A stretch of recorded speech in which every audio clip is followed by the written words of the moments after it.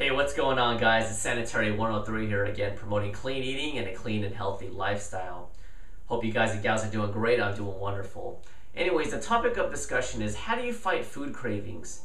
Now, we're all human beings. We all have our own weaknesses for certain junk food, and there's plenty of them, right? Cheeseburgers, hamburgers, pizza, hot dogs. It goes on and on. Soda, candy, right? Well, what do you do when you get these cravings? Should you give in? Should you just eat a little bit? What do you do? Well, there's three logical choices that you could make. And the first choice is you could give in completely and just say, you know what, I've deserved this, I want it, and I'm gonna eat it. The second thing that you could do is you could eat just a small portion of what you're craving. Instead of eating an entire pizza, you could have a few slices. Or third, you could be a weekend warrior and say, forget it, I'm not even gonna have any of it, and I'm gonna just move right along. Let's briefly go over these three options.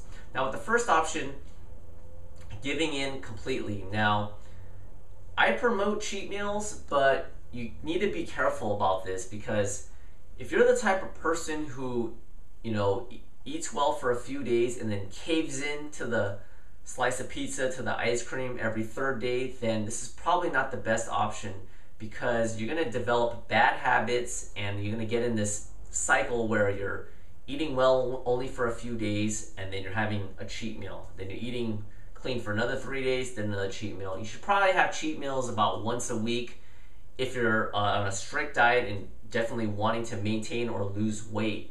So if you know your body, and like for instance with me, I can go all out and eat whatever I want. I mean, when I go on vacation, last time I went to New York, I was gone for like 6-7 days. I pretty much ate whatever. I gained a few pounds, big deal. Came back. I'm very regimented, so by the time I came back from New York, I got right back into the routine. Not a problem with me. But some people, it's not that easy. So if you're that type of person that it's hard to get right back on track, you probably don't want to go all out on an all-out bender.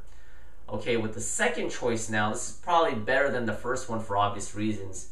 A whole pizza might have, 2,000 calories. If you just go eat a slice of that and have a salad with a couple of wings, you're going to save yourself some calories. So that's the second option. You can just portion it out. By doing that, you're going to satisfy your cravings, but not get all the calories from the cheat meal.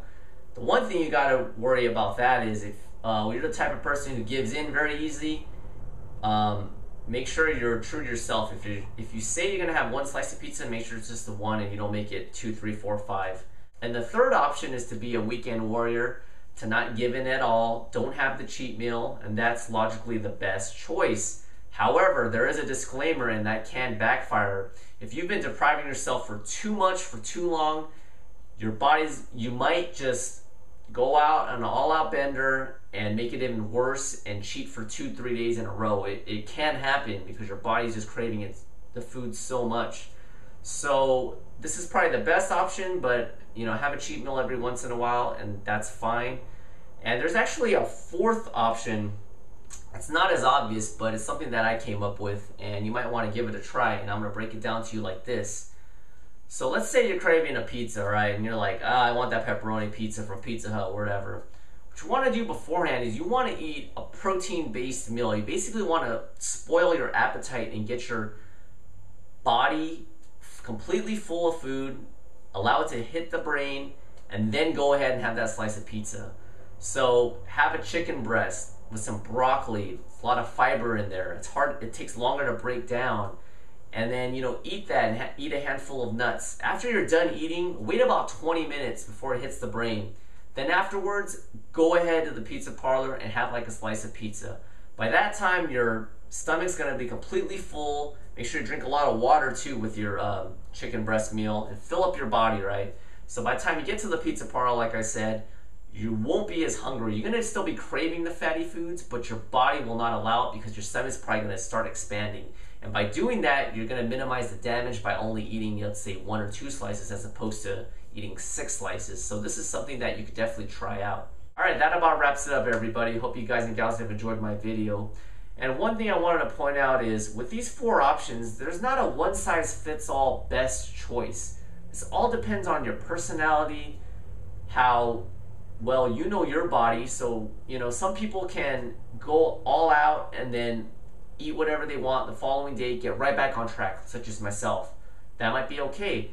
But if you're the type of person that's a little, gives in very easy, then you might want to choose option 2, which is to portion it out a little bit, or number 3, which is just to omit it altogether. So that's about it. I hope you guys and gals are doing great, and we'll do it again next time. Take care.